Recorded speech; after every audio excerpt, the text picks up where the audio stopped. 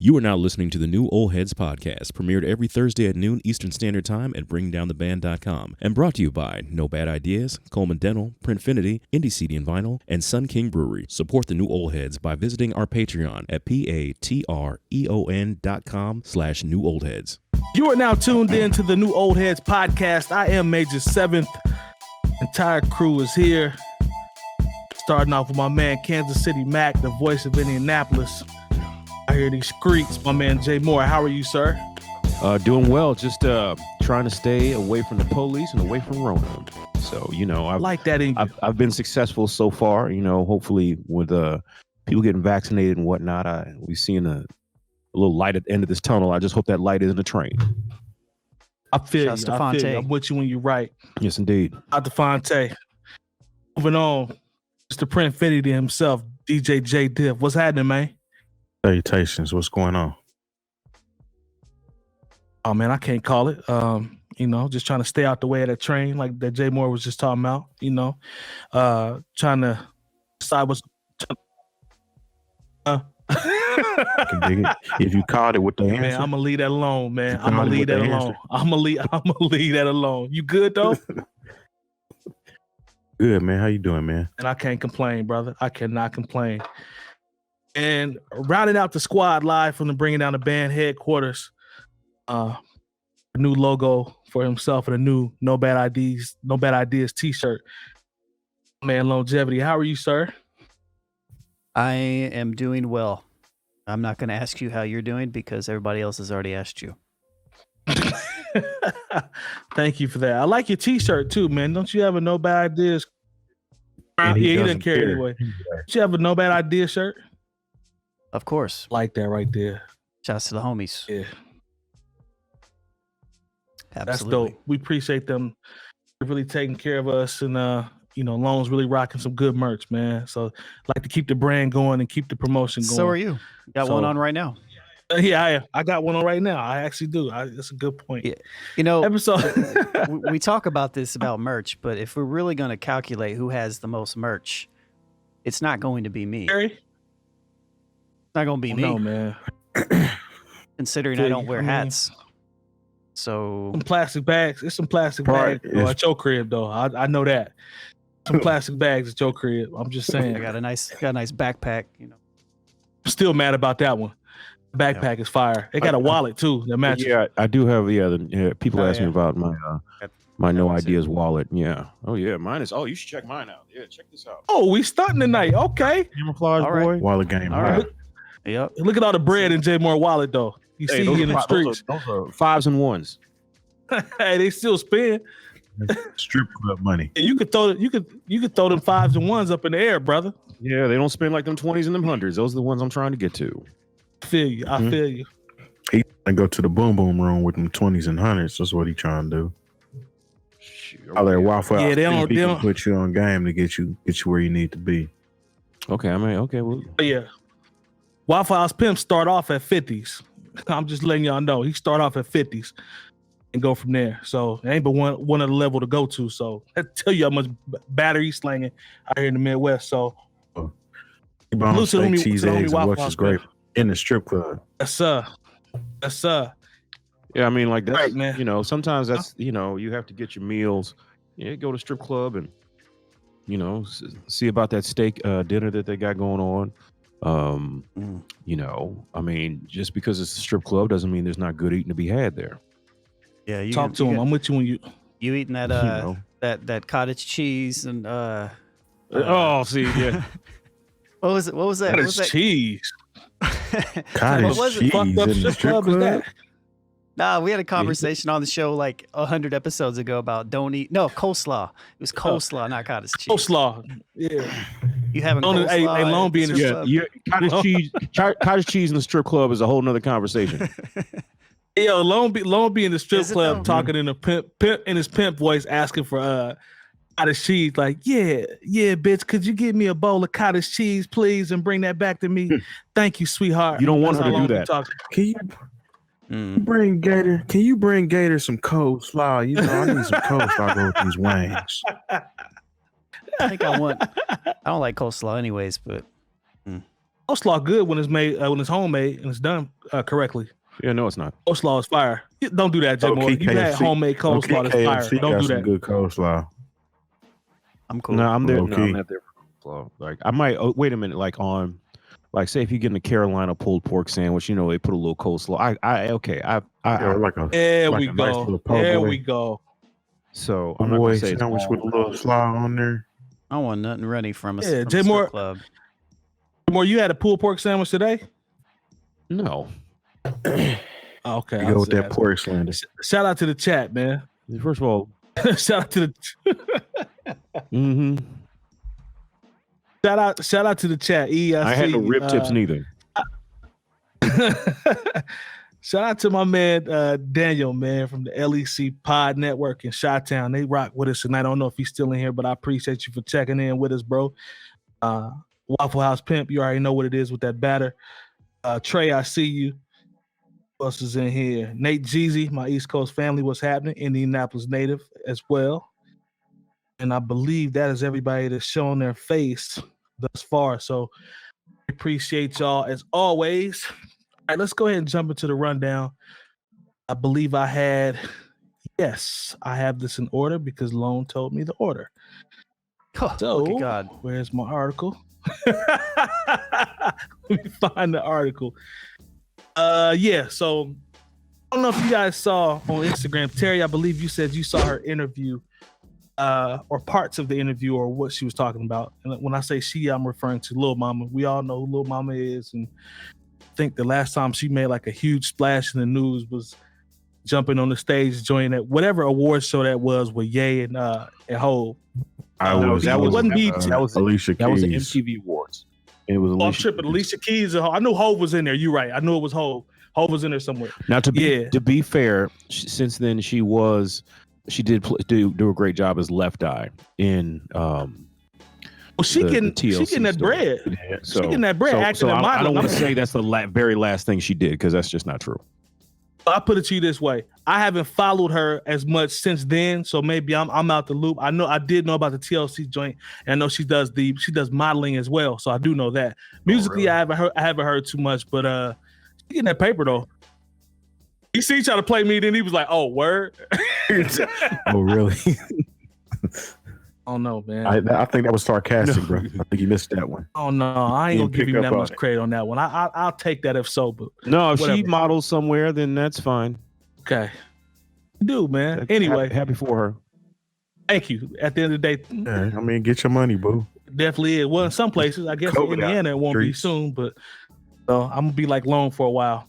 Anyway, she was being interviewed, and she said, and this is via Hip Hop Wired. She says Lil Mama wants to be the voice of straight people. Claims that she wants to start a heterosexual rights movement. Now, I'm gonna read the comment that she posted on her IG page, and it's people have been responding to this all over the place. Artists like everywhere. So I'm gonna read her comment and then I'll throw it around to you guys and see what you think. It says it's about time to start a heterosexual rights movement.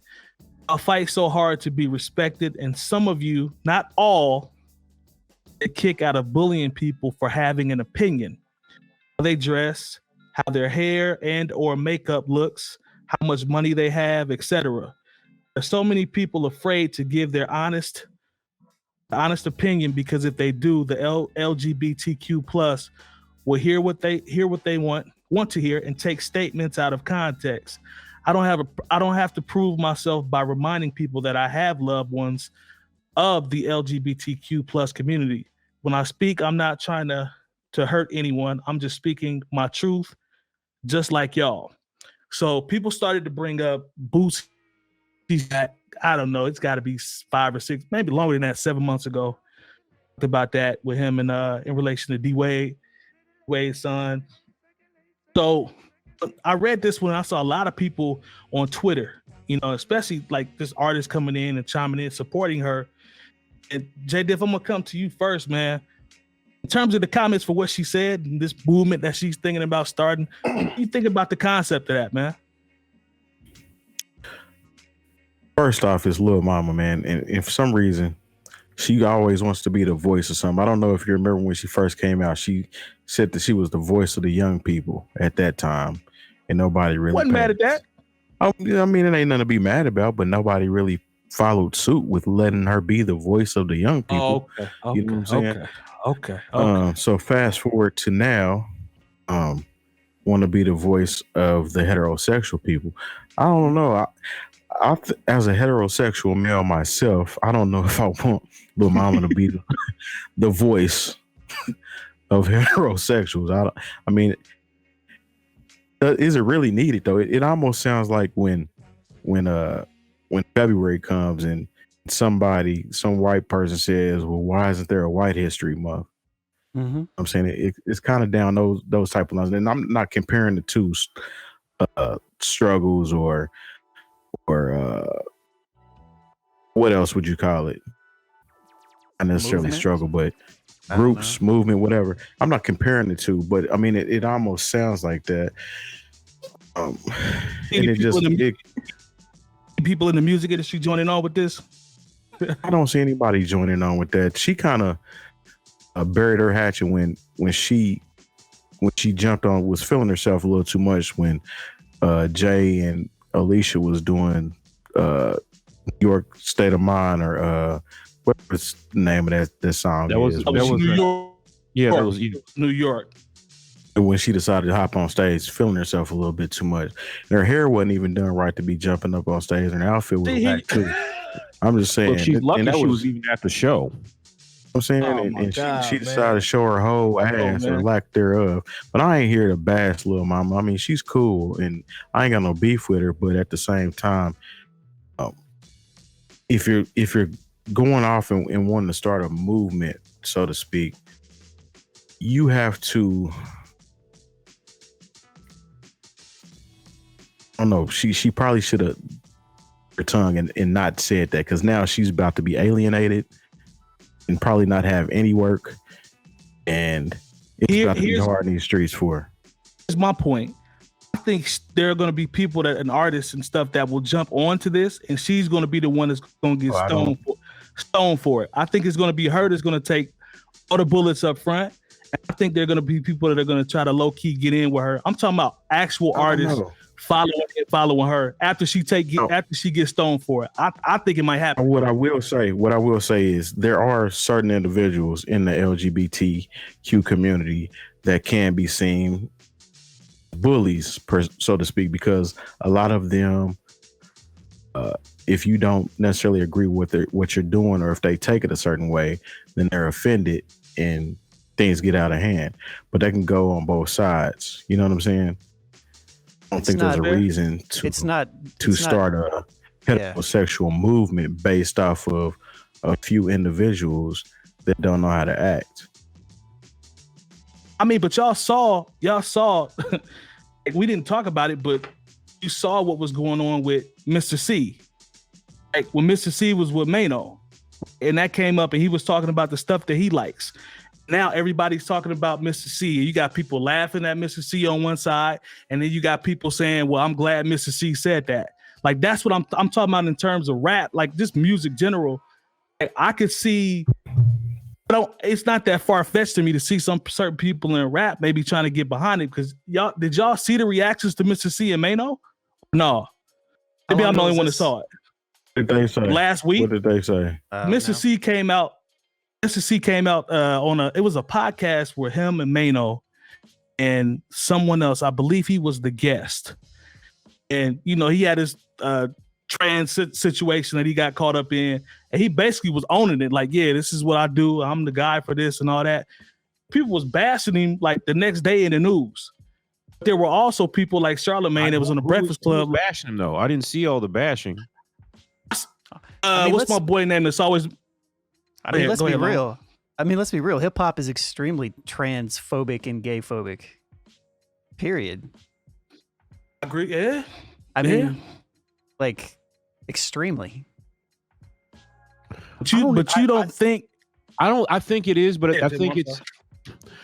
But this is the thing. Like, when people say that, I think a lot of times, like if you listen to a lot of rap from the '90s, it was a lot of letting letting the F word as pertaining to as what people like to say is pertaining to gay people. But I know people that have used that word and they don't even think about per se gay people when they say it. The same way there are people who say the N word about people who are not quote black.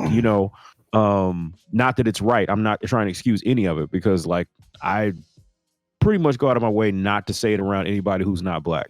But I think just to get back to what we were talking about with Lil Mama, I do feel like it's a little bit like what Terry said, even though I'm not going to compare struggles because I'm definitely not here to do that. But, it's like whenever the Black Expo comes up, people, there are people who say outside out of their mouths, and they're genuine when they say that, why isn't there a white expo? And like, because it's not needed, because that's what we get with boat and home shows. That's the white expo. Everything else is the white expo, basically. I don't know. Does Lil Mama want a special convention? Does she want some T-shirts? Like, what does she want? Or does she see herself being oppressed? Or she want a whole march like Amber Rose? Or is this? Let's just be honest. Is this a way for Lil Mama to get some kind of publicity, considering nobody thinks about her or her music? I don't even know who Lil Mama is. So hey. And there I you knew have that was coming. Somebody I already knew that was coming. Spam my emote. Let me just spam it myself here. It's just like Yeah, but I'm surprised. Chat, did y'all see the Mr. C thing? I'm surprised y'all ain't see that because Choke No Joke was on his head, and Choke No Joke will always find something to complain about, but he was on Mr. C's head with the Mano comment in the his comment. So I don't know, man. She might not be the messenger, but I think after she take all the darts, you're gonna see some artists start to lean towards that way. I think, but this is my opinion. But there's to Jay Moore's point, there's no heterosexual like discrimination or what's the word I'm looking for? There's no prohibition against being straight anywhere. Like there's no like, you're straight, you can't come in here, or we're not going to make you a cake for your straight wedding, or whatever they out here doing. But like, look, like I said, I think this is all a plea for attention. What else could it be? Like I hadn't thought about Lil Mama since the TLC movie. This is the first time I've heard anybody bring up her name in like 5 years. Yeah, I just. She said that she was. She said she was. How could she be a transphobe because she's Lil Bow Wow? I'd be making fun of her, saying that her and Lil. Has anybody seen her and Lil Bow Wow in the same room? Shit. No, I don't know that one. She's Lil Bow Wow because they kind of look similar. Yeah, I saw that. No, I'm cool on that. But she was pretty much making a joke about it, saying, "How can I be transphobic if I'm Bow Wow?" I mean. Look, she even said in her statement that I'm just speaking my truth, but people have to realize that your truth isn't necessarily truth. So let's just, And you know what? You don't always there. have to speak your truth. Like sometimes you keep your truth to yourself.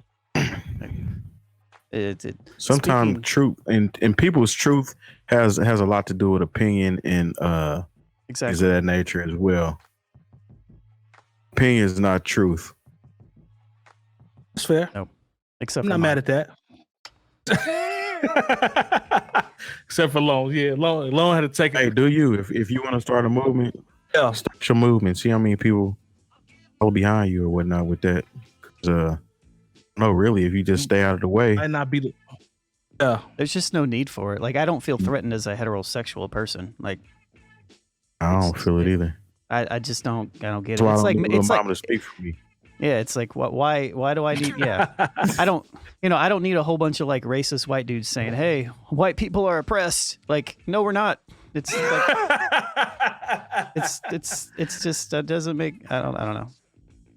Anyway, that's you know what, Lone? That's a bar right there. I'm gonna leave it at like, that. That's a damn good uh get back to, like, because when white people say that, it's because like, yeah, man, we're being so oppressed right now because we have to treat people fairly, and we can't be racist, and we can't say inappropriate things to our secretaries anymore. We're just so oppressed. It's like, does Lil Mama want us to get back to the point where we could call people gay? Or just we free speech. There you go, Long. There you go, Long. I don't, on that. I don't want to make a cake for them, and I want to be able to beat them up in the middle of the street and nobody say anything. Like, what do you want, Lil Mama, other than attention? I think, attention. Might have been a clout chase, Jay Moore. We gonna classify this one as a clout chase then. Okay. She need to give her Rihanna and try to get her lip gloss line popping or some shit. Take some notes. Oh my God. Here you go, man. All right, man. Terry, you started out the gate, bro. Cut it out, man. Now you got Lone started. I feel you. I mean, I ain't even do nothing. Bad when you get Lone started. I ain't do nothing. nothing. Out the gate not caring, so you got him started. It worked because before this, because before this, I didn't even know she had a lip gloss thing, which she does based on this article. And so now I know more about it. So if I want to get some lip gloss, I know that she's got a brand out there, right? So, hey, not all bad press is bad press. Hey, that's your fault, man. You did this. I was just going off her song that she had, and I know that Rihanna is a very successful cosmetics. She got that paper. Representative or whatnot. So I'm just saying she might want to be cool and fall back and try to get on her team, but I think she probably fucked that bag up. It might be a rap for that. Oh, so she doesn't have a lip gloss line. I thought she did. See, maybe I just missed it was just a song. Oh, I missed it. Here you go. What? I'm just trying to clarify. I mean, he definitely doesn't know who she is. He's just telling. He said he wasn't lying. He said he didn't know who popping. I'm just trying to, get things right. Oh man. Anyways, right, man. Let's go. Let's go. Thank you. Thanks to chat and everybody for sticking with us in that episode of Trash Hip Hop News. Appreciate y'all. Hey, and shout out to the chat. Hey, it's not a bashing if it's facts. Well, I guess I did just say opinions aren't facts, but I had some very strong points that I touched on that might make it lean toward more actual factual scientific proof. So long story short, fuck Lil Mama. No, I'm just kidding. I'm not saying. Oh, hey, yo. There we go. Hey, Long, man. I knew he was gonna say that. Well, up the ramp we go. All right, man. Shout out to the chat. Trey says sometimes the truth is the general consensus and doesn't need to be vocalized. That's a good point. Shano says movements, regardless of how stupid they are created every day. She has the right to do. She does. She does. She can do what she wants. And we have the right to say whatever we want right on top of it. There you go. I just think it's gonna be some more people that's gonna have her back later. But Boosie gonna be the first one to come out and be like, "Yeah, that's what I said." But y'all threw me under the bus. Watch, Boosie gonna be the first one. Nate Jeezy bashes Lil Mama, but I ain't here to bash Lil Mama. All right, man. Enough of that. Let's go segue into this next topic, man. So be clear now. I don't want to trigger anybody because anytime you mention rappers that were like before 2001, it's a chance to trigger because they're old. So I'm throwing a disclaimer out there right now. We're going to talk about an old rapper here and an old rapper's opinion. I don't necessarily think he's hating. Y'all just hear me out before y'all start calling him old, okay? I'm just giving a disclaimer.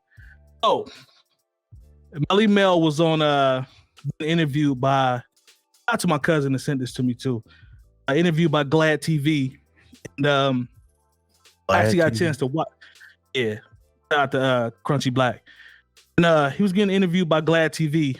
And just talking about, just the culture and how he got started and, just OG shit from them back in the days. But the topic of cultural appropriation came up, or culture vultures, however you want to word it. And he had a stance that I didn't necessarily see him taking, but I tried to paraphrase some of the comments that he had because we're not trying to get dinged for playing a video or whatever. But in a sense, he said all the black artists today in hip hop are the ones that are really doing the cultural appropriation.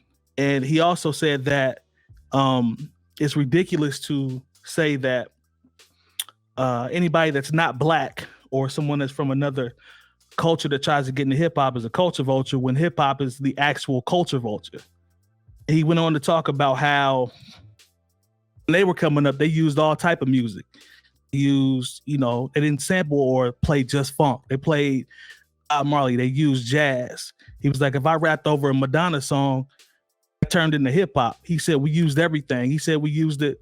He talked about bongo rock. He said that's not hip hop, but it's one of the biggest hip hop records ever because of all the stuff they used to listen to and sample and play back in the days. And he was like, people try to politicize hip hop, try to turn it into something that it's not. He said hip hop has always been a vacuum. It sucked in everything because they used everything back in the days, the foundation of hip hop. And he said African Americans right now, hip hop are selling out hip hop. He said it's bigger than the dude on the corner. It's bigger than the street dude. It's bigger than the concept of you ain't real unless you a street nigga. And he said even the DJs now are on the tough shit when they promote the music. That it's supposed to be about all of it, but the trap and the D-boys and all that have been moved to the forefront. As a result, all of this shit is selling out hip hop as a whole. He thought the concept of just calling somebody a culture vulture, like Bruno Mars or the white guy that raps, he thought that was bullshit because it's always been cultural appropriation in hip hop. I've never heard that take. That was interesting to me. What do y'all think about that, man? Does he have a point, or is he out of his mind and just being the old guy that's mad? And I'll come to you first. Why would you think about me first? Asking. All right, what does the white dude on the show think about the black guy's legend hip hop take on his own culture? Well, take him out the equation, brother, like you always do, just on the surface. Well, it's related though, right? So, I think it is an interesting way of looking at it. I think he makes some good points, actually. I mean, to an extent. I mean, hip hop does sample from pretty much all different types of cultures. Right. I think it may make sense to also, what he may not be factoring in is that maybe the profiteering around it and where it comes from. Hip hop kind of comes from taking like pieces of everything, of whatever you can grab to kind of create something, right? So, right.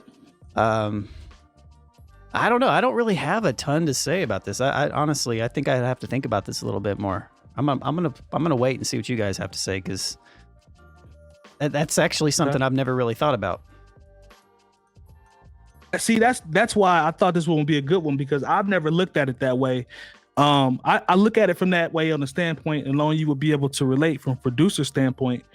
Talk about sampling records and the genres that we go through, right? To turn it into hip hop, or with the records that we make when we make beats, or you might sample something that's a Brazilian rock record and turn it into some neo soul type shit. You know what I mean? Like that type of thing, because we dig in crates everywhere.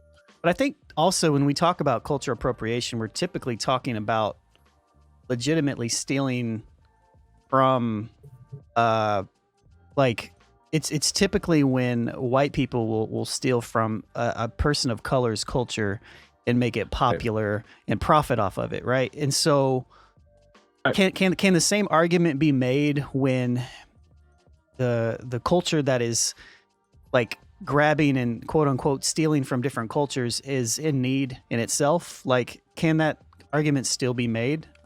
I don't know. So it's a good question. Start on it. That's a good question. Like how about this then? Since we talked about that side of it, a piece about current artists, where he talks about just the artists in general today are selling out the culture because of what is being pushed to the forefront. How everybody's tough now, and it's just a thing across the board. He said there's no room for just the regular person in hip hop. So it is dope. If you're not a street nigga, you don't have street cred. it's almost as if you don't have any clout in today's hip hop era because of just the way things have gone. Like, he was really pissed off about that part, saying that the culture's been sold out because of how it's being portrayed and the types of joints that have been pushed to the forefront. It's not about has it existed before. I think he's talking about how big it is now, today, 2021.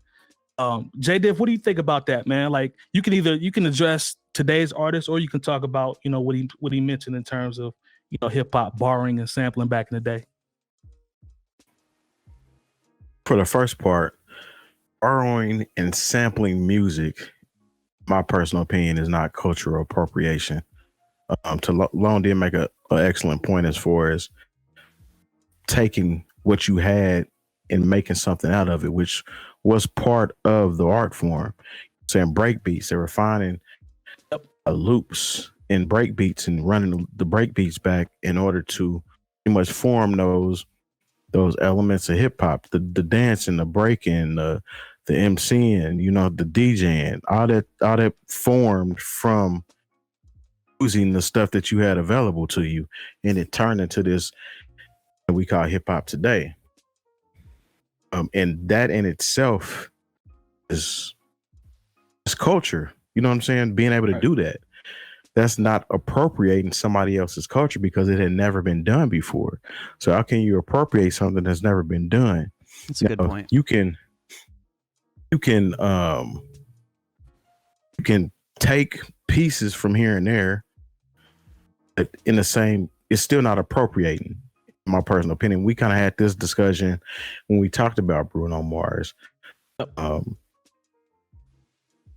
As far as the newer artists, that still, to me, I know you said we're talking about a older cat in hip hop. That still comes off to me as the old head that doesn't like what's going on out here. And we can attest that, I mean, there's shit that we don't like.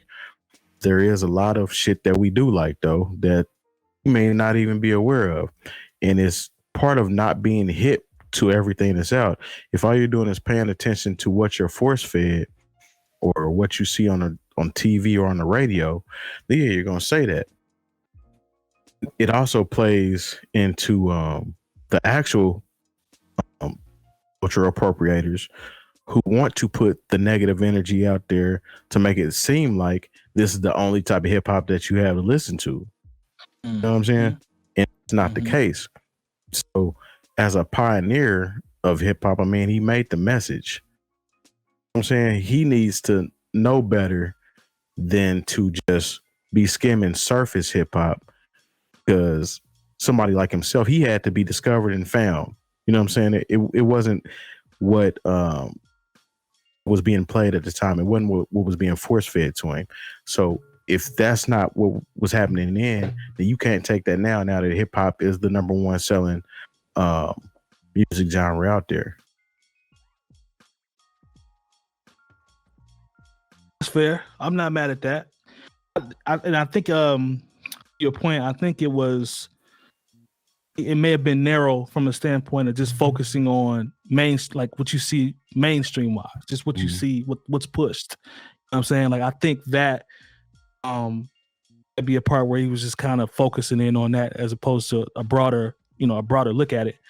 But I do think he's correct when if he is assessing the mainstream. I do think he's correct in what he's saying, but I don't want to alienate. If I'm following you, I want to alienate the rest of. It's still kind of that old man, mad old head type dude. I'm saying mad at what's going on out here. That's how I kind of take that. And I do agree to a certain extent that there is people aren't as unique when it comes to the art form of rapping and hip hop. They do kind of focus on the same things a little bit here and there, but that's if you're only skimming top layer. And Bringing Down the Band has kinds of layers of different type of hip hop you could tap into. I mean, we just talked about 𝗀𝗄 last week. I'm saying if we're talking about 𝗀𝗄, when you're comparing 𝗀𝗄 to probably the cats he's talking about, then that's two different ball games. You feel me? You can't say that and say that you're tapped all the way in. That's all I'm saying. Right on. I can dig it. Jay Moore, jump in there. Well, you know, in a way, I think Melle Mel does have a bit of a point. I mean, when you think about the things that are trends, even in hip hop, going back from the 70s until now, you know, a lot of the things were things that we made our own. Like, look, I have on a hockey jersey right now.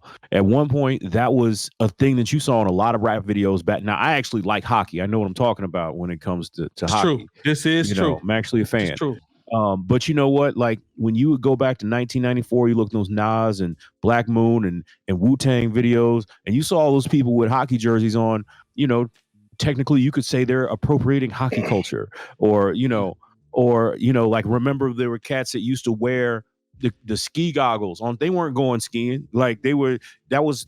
We've always taken things that had nothing to do with us and made them into things that are reflected in hip hop culture. And you could say that. I mean, like, because a lot of times, you know, especially before hip hop became mainstream and it was a thing that people just did out in the park, they were cutting up those old rock records. That's, you know, the fact that they had walked this way. It was because everybody who was cutting up records back in the day, they already knew that was a break record. So it wasn't anything too crazy.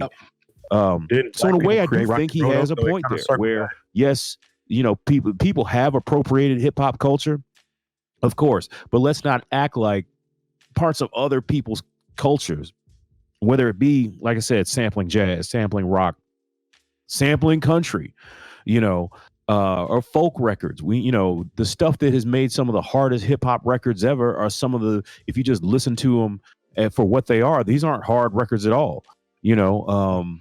And so, like, there is a bit of, like, when you're talking about sampling, you are talking about appropriating. Now, mind you, you know, in the modern era, artists have had to pay for those samples, so it's only so much appropriation when you got to come off that monetization. There we go. We go.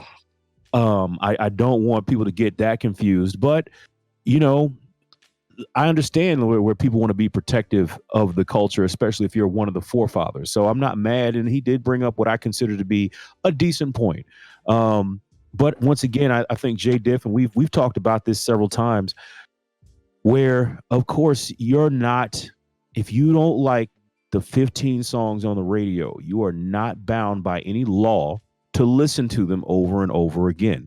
You know, if you don't think these guys are doing it right, there's a whole bunch of guys who are carrying on tradition, and you need to make sure that you have, you know, the same love for them when they're doing something great, and put that same energy that you have when you're talking shit about something that you don't like. That's the thing that gets me. 100%. Is like, okay, there are people that will, you know, tweet 20 things about Cardi B about how they can't stand her, but you ask him, oh, well, what are you listening to? He's like, I'm not, you know, you can't even get into a conversation with them about music because all they know is the stuff that they hate. And you're not really a fan of music if you're one of those people. So, you know, once again, I think this was a cool thing for him to bring up because, like I said, to a certain extent, without appropriating and without recognizing other cultures, there would be no hip hop, you know. But at the same time, that doesn't mean that we shouldn't still protect this thing from people who would come in from the outside and act like they've just discovered it. And they're, like I said, when people come in, you see they're talking about, ooh, look, the new trend for spring is boxer braids, and he's like, aren't those just cornrows? You know, I saw this one article with it like, oh, check it out. The new trend for the winter is going to be Timberlands. And it's like, let me ask you. You could say we appropriated that, but y'all acting like Timberlands is something new because y'all just figured it out. Let me ask y'all this. Why is caring for the culture associated with hating?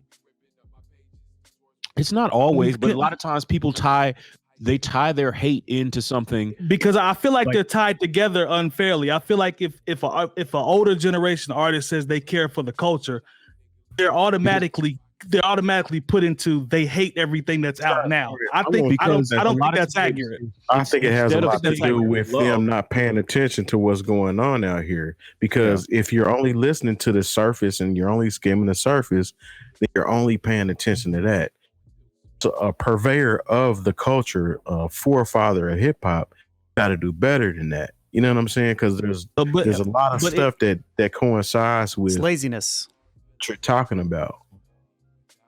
if you listen to, if you're not one-sided on terms of how you listen to music, and you do listen to, I'm not going to say everything, but you are versatile in what you listen to. If you are that person and you still care about how hip hop comes off, how is that hating? That's my thing. You can still have a wide lens and listen to music and just care about the culture. I don't think they go together. I think it depends on what your definition of hating is. But this is the thing, That's a good because a point. lot of times when people try to consider, they want to, it's almost like they're looking to be on this cultural and hip hop purity test. It's like, instead of talking about the fly shit that somebody just did, they'll be like, well, let me tell you why I don't like Drake and I don't like Cardi B. It's like, we didn't ask you all that. Tell me what you are listening to. And what, like, a lot of times people, it's like it changes every few years. Just like I remember I was watching this documentary, and like this dude, like, for him to be credible, he was like, yeah, I don't F with Puff Daddy. It was like, well, what do you like? Jay's making a good point. Jay's making a good point, because measure of purity as far as how the way this culture is concerned. Because I think it's considered hate, and I'm guilty of this in the past. I don't think I'm this way really that much as I used to be, but like, the best way to not be a hater is to just really kind of shut up and not talk about the stuff that you don't like, and just talk about the good stuff. Like, talk about what is great hip hop culture, talk about what is great about it, and just stop talking about the stuff that you don't think that it is, because all that does is propel the stuff on the bottom that you don't like back up to the top. And then you're also not giving that time to spend to promote and share those great things that you love about the culture in general. That's why we never shared stuff on Bringing Down the Band that we didn't like. We didn't. We just shared stuff we liked. Definitely did that. If we didn't like it, we just didn't talk about it. We just kept it moving. That's just the way it was. And it's, to me, that's the best way to propel something that you like, is just to talk about it and just not talk about the other stuff, even though we're talking about, Lil Mama or whatever her name is. But I'm a hypocrite. I promote the shit that I like the stuff that I listen to. I'll talk about it till I'm blue in the face. I'm saying, but if the conversation comes up about something that I'm not aware of, just tell you how I feel about it. And sorry if I don't like it. You can classify me how you want, but that's just my opinion. I feel like every time we have this conversation, you feel like you have a target on your back. I always have a target, but I embrace it though. Nobody's gonna force me to like shit I don't like. I don't care. I've never been that guy, so I'm not gonna start. But I thought Melle Mel had a good. How's it hating? Right, like, cut it out. That's a lazy take. You hating, lazy. Yeah. I feel what he's saying though. Like, I think he has some good points, and he shocked me with that take, because I ain't see that one coming. I really didn't. Like, I didn't see. He actually was like, we was ripping some everything and playing some everything, and he wasn't trying to hide from it. He was open about it. Like, we started that shit, so. I didn't see that take coming, so I kind of threw me off a little bit. But and in the same token, a lot of shit that they was taken from was shit that was already started by Black culture, just got recycled and turned into white culture, so to speak. You know what I'm saying? So when you're talking about rock and roll, when you're talking about jazz, when you're talking about blues, if you're taken from those different forms of music, at the end of the day, those are Black forms of music and started out as Black forms of music. Then, not to mention, okay, you get some other subgenres out of there that may have taken from those. So it's a circle. If you're thinking about that, it's damn near what you say, the circle of life. Is that what it is? Circle of life. That's the circle of life. Coming right back to 100%. you. So, hey. It's 100% the circle of life. Even Long smiled on that one. It's all, but I mean, it's all in the nuance. Everything that we're talking about is in the nuance, right? So this is a cool way to talk. This is a cool conversation, because we're talking about the nuances of cultural appropriation. It isn't just this random term, like there are specificities to it.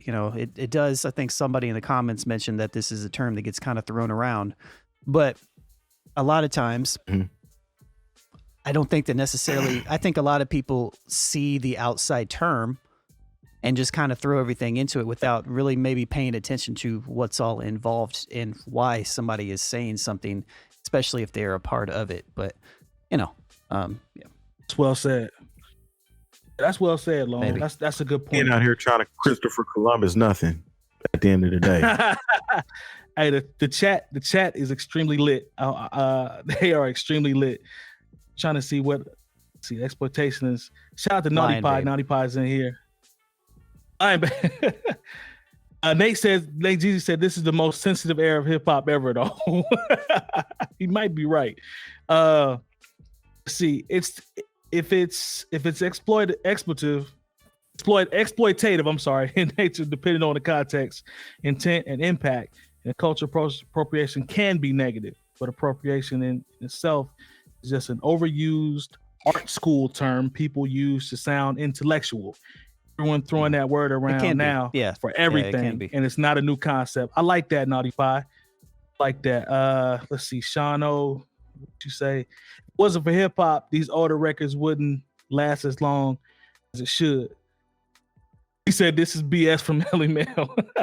All music history is appropriation. If it didn't start with hip hop, that's Naughty Pie again. Let's see. But again, it's in the blues, nuances, country, though. rock. Yeah, I agree, Lone. Country, rock, all the same shit with different. Okay, this distortion presets. Okay, I'm not mad at that. Good points, though. Let's Definitely see, some Shano, good points. Yeah, Shano said I'm a hater to whack shit. At least I got the balls to say it. Damn right. Put a gold star by that comment. You and Mike could get along all right, man. just so swell. We sure will. We sure would. He go tell it if it's trash. Shano, you get a gold star in the chat. All right, man. Let's Lone, can we rock with the sponsors real quick before our partners, I should say, before we get out of here on the third topic? Yeah, for sure. We'd like to thank our partners for the new Old Heads podcast. No Bad Ideas Clothing Company, Coleman Dental, Printfinity, Indie CD and Vinyl, Sun King Brewery, and the hub for all things New Old Heads, bringingdowntheband.com. Remember, once you type Bringing Down the Band in the search bar on YouTube and the page populates, subscribe and hit the bell for notifications. And as always, we thank you for your support. Now back to the show. All right. Hey, shout out to our partners as always. We appreciate our partners. And man, when it's weather break, man, after I have to go see the doctor, man, we're going to get out here and bond with the rest of these partners. That is once I get ready to go see the doctor. Long gonna go with me, he said. So what? Out there and go see the doctor. Go to CVS, wherever they're giving it. Look. Don't do that. Don't do that. Don't do that. We're not gonna even do that. We're not gonna broach that. Don't do that. Hey, you a hater, man. All right, so it's about there you go. How much time we got left? Can we squeeze about 15 minutes? Yeah, we can talk about whatever's next. All right, Lone, I'm roboting. I'm gonna have to hop out real quick and hop back in. Oh, my apologies. Okay. Do you have that article? We'll pause for a moment. Let me hop out real quick. All right. So, how's it going? All right. Yeah. Just gonna. Yeah. Hey, it's going great. Hey, I'm shitty. Somebody in the chat said Kurtis Blow. He said Kurtis Blow is a legend, but his music is garbage. I heard you. Still hating. Garbage. Damn. Oh, a hater, man. I can't even step away. See, you didn't hating. Even hear the context, so you the one hating. I ain't hating. Didn't even hear what I said. Mike just thinks that everybody's hating by default because he knows that he's always hating. It's like it's a reflex. No, Lone, I didn't like Lone laughing. That's the part I ain't like. What you say, man? I was actually reading a comment in the chat that says, and this is from Sean or Jakor, is that Curtis B, speaking of Kurtis Blow, is a legend. His music is garbage. Hey, I'm not mad at that. It's kind of harsh. I respect your opinion, brother. It's his music is garbage, though. But garbage. I respect his. Like, even Jay Moore was a little taken aback by that one. I mean, you really putting it out there. That's I mean, Shano, he gonna wear it though. He gonna wear it. That's all I ask. Just wear it. If you gonna say it, wear it. That's all. But can't wait till we can have a show where we're actually in public with people sitting out there that are shooting us shit that's on gonna the spot, so we can respond to them like immediately, like on what's that podcast that does that with DC Young Fly. Oh yeah. What is it? 95 South. Yeah, theirs is dope. That's dope. We talked about it. I'm ready to hear some of them comments. I've already talked with Indie City and Vinyl a couple times, so we could definitely potentially do it there in the future. So the people that rock with us gonna have, I ain't no telling what they might say, so that will make it that much more fun. So I would definitely be down for that. All right, man, let's squeeze in this last topic real quick. Joey Badass, and you know, COVID and virus and stuff has been all throughout the news and of how artists feel about it. Who's gonna take it, and I saw some sports teams take it, and a few artists say that they took it. But Joey Badass was trying to get into a theme park over the weekend. I'm just going to read the quote that he posted on his IG, and there's a picture of some staffed workers in masks at the theme park. He said, "Here's Lewis, Cameron, and Caitlin, and they just turned away an autistic child at Disney World because he didn't want to wear a mask. The child thinks the mask is suffocating. The child also has no idea why it is even a requirement. Not to mention that kids under 2 don't have to wear a mask. These guys have completely ruined my family's trip. We came out here 30 plus for my daughter's B-Day, and they turned my little cousin away. He can't even enjoy the experience anymore. His little cousin is autistic, so I guess he felt like he was suffocating if he was to wear a mask, and they wouldn't let him in." Goes on to say, "The new world has zero to do with anyone's safety and everything to do with control and compliance." So he was pretty thrown off and turned off by that. By them. I don't think Joey is necessarily I wouldn't put him in Kyrie's area in terms of being a flat earther. He's definitely an independent thinker, you know, in terms of on certain things that he says. But I wouldn't put him necessarily as a flat earther. But what do y'all think about that, man? Because I think he's more frustrated about his, you know, his family being the ones that are turned back. But I mean, I feel like they were doing their job, you know, from a standpoint of the rules that have been put in place at Disney World. Like, I don't know, I can kind of see it both ways. Jay Diff, what do you think about him, man, in terms of what he said in regards to them being turned away? You know, especially with his little cousin. Are we sure the kid was 2? Let me see. Let me double check. His Waffle House pimp says that the kid was old as hell and that it was on the news here in Chicago. Well, so that changes the whole discussion. Well, it says not to mention that kids under 2, but I don't think it was in regards to his cousin. I don't think the kid was 2. I don't think the kid was 2 that he's I think his cousin was a grown kid. Yeah, his cousin's older. Okay. But he's still autistic. Yeah, he's still autistic. I see. Yeah, to speak on it, I think Joey Badass was speaking out of emotion from having his little cousin denied entry. Unfortunately, with him being handicapped, everybody doesn't know that. Like, and everybody knows that. No, well, everybody doesn't know, but autistic people have different things that may trigger them. And in this case, it was the mask.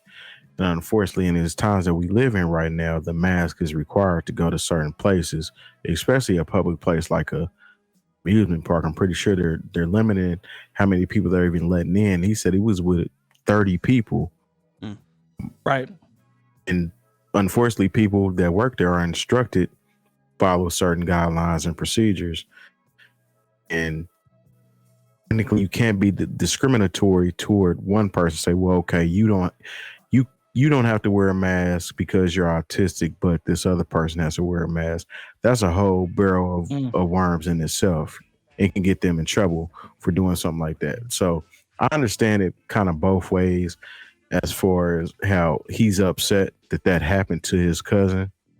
I mean, I sympathize with his cousin for that, but he has to understand what's going on. And we're in the middle of a global pandemic, which is, from what I'm hearing, it's supposed to be coming to an end here pretty soon, but that's not facts either. That's just hearsay. Yeah, I'm gonna air quote that one because that's just hearsay because people are gonna do what they want to do, regardless. And as far as social distancing being, what did he say? Inhumane. I believe the quote inhumane. I mean, all right, so you have you might have another autistic person that doesn't want to be around people at all. So is that being inhumane?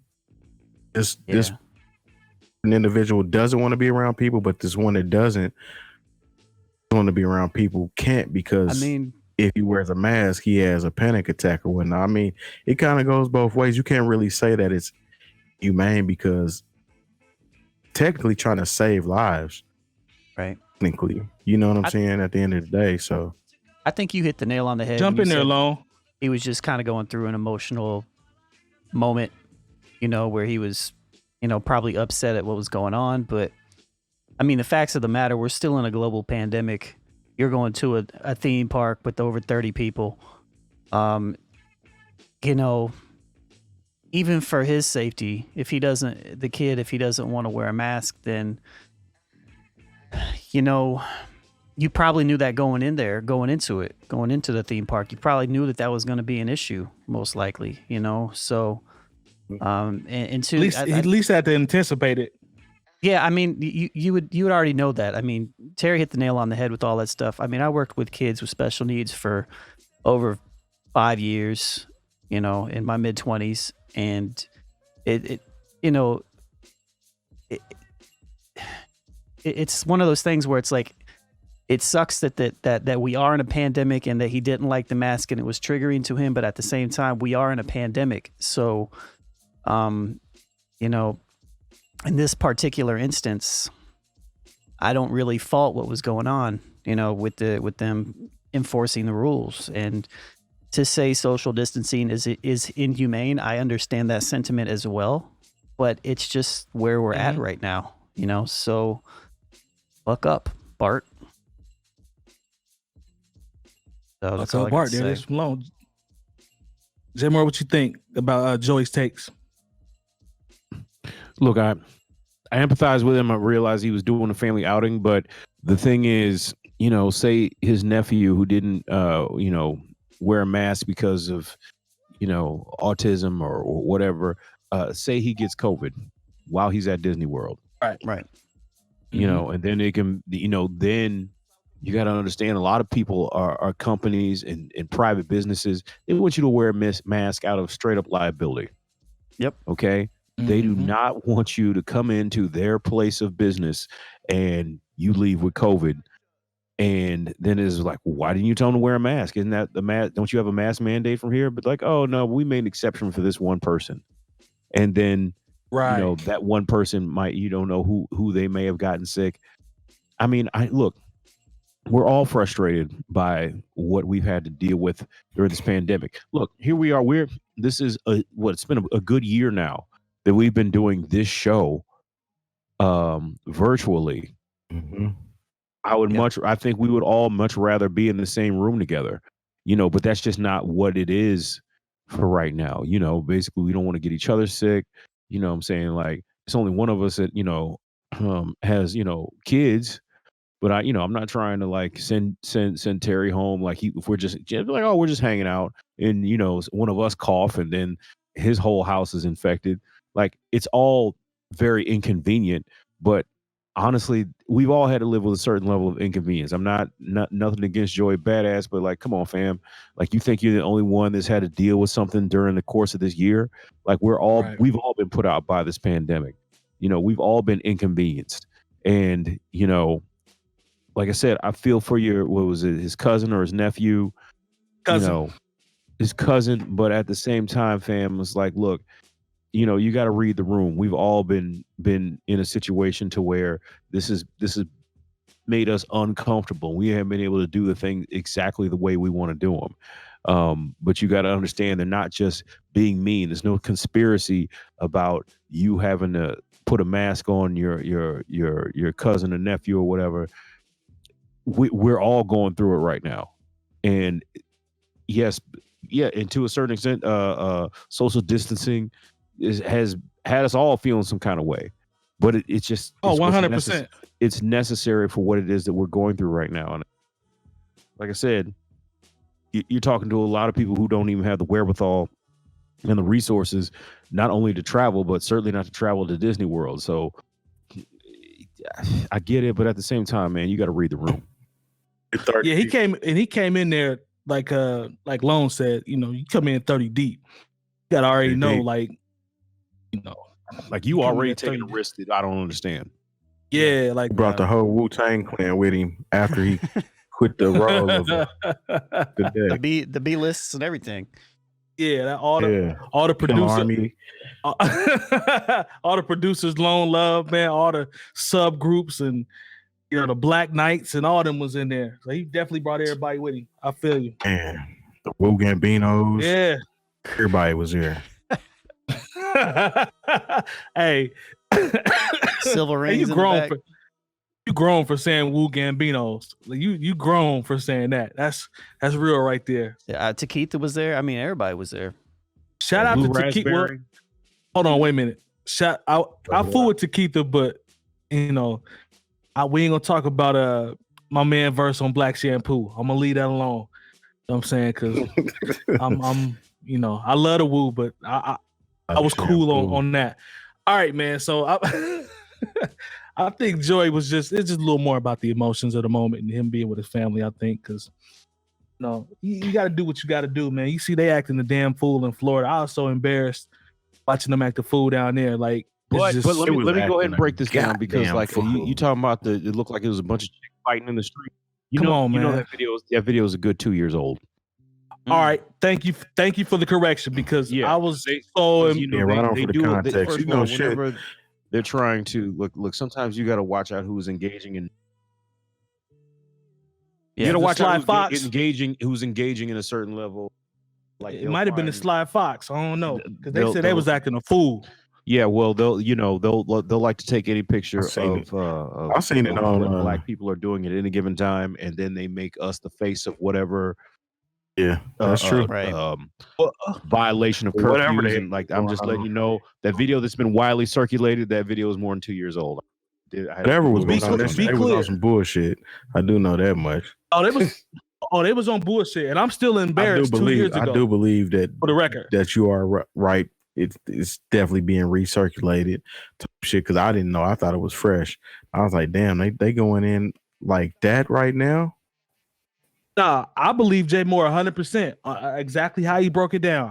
I have no doubt that could be done. So he is not off with that. But at the same time, there are people in Florida who, like I said, like I saw a business in Florida. It says we don't want to see masks in our business. Like they're on something different down there. Yeah, they don't care. Them in Georgia, boy. If you wear a mask, then you don't like freedom. Yeah. There we go. Type shit. Yeah.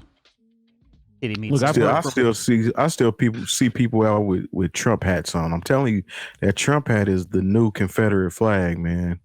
If you see motherfuckers with that Trump hat on, still on Trump 2020, if you're still rocking that shit after he lost, it might be part of the problem here. Look, I saw when I was traveling from Dayton to Indianapolis, and you go through those little back roads and whatnot. There are people that fly that Trump flag above their American flag. It means that much to them. So 100%. You got to watch out for those folks because they talk about Trump 2024. Like they're ready. Yeah. Oh yeah. Hey, I'm cool on all that. I hope he has. Man, that's really mad to say. I hope he has something to where he just can't speak anymore in the next 2 years. That way he can't run. I hope something happens between now and then. With him not something non-lethal. I mean, it's hurt him a lot. Yeah, I think it's great. I love the fact that he has been devoiced. So, yeah, and it's killing him on the inside. You know it is because he want to just talk shit now that he ain't the president no more. All right, man. He's what was what's the other one's called? The QAnon, whatever they even call them. They didn't switch. Yeah, they didn't switch their whole little tune and focus now. Which is mad weird. It's some people that we used to fuck with that's part of that shit too. To be honest with you, I can't do it, man. I can't do it anymore. Can't do it. I used to be able to argue with people. Yeah. I can't do it anymore. Can't do it. Yep. The Chuds. Yeah. Nate Jeezy said. Shouts to the Chuds. Nate Jeezy said. Man. Nate said the kid that was with Joey Badass must have been Shaheem. See, okay, that's well played. That's well played. I gotta give him that one. That's well played. That's based on his age. Okay. Okay. Based on his based age. on his age. Okay. Hey, the chat has been lit tonight, man. We appreciate y'all. Shout out to Waffle House for the correction. I said 95, it's 85 South. I just watched their episode with Goody Mob. That shit was fire. So salute to them, man. It's comedy. Yeah, Titty meat. Hey, that's gonna do it for this episode, y'all. We appreciate you guys as always. Make sure you stop by patreon.com/New Old Heads. We have all three options up there: $1, $2, and $3 options. It explains what comes with each option. So if you get a chance, rock with that. And also follow us on Twitch and subscribe here. So you can get notifications when we go live. I'm gonna go live tomorrow for the 7th quarter, hopefully with no audio issues. I appreciate everyone that's been rocking so far. We're going to continue to try to grow this network, man. So salute to the entire chat. Stick around with us for the post show. We'll see y'all next week. Peace. Peace.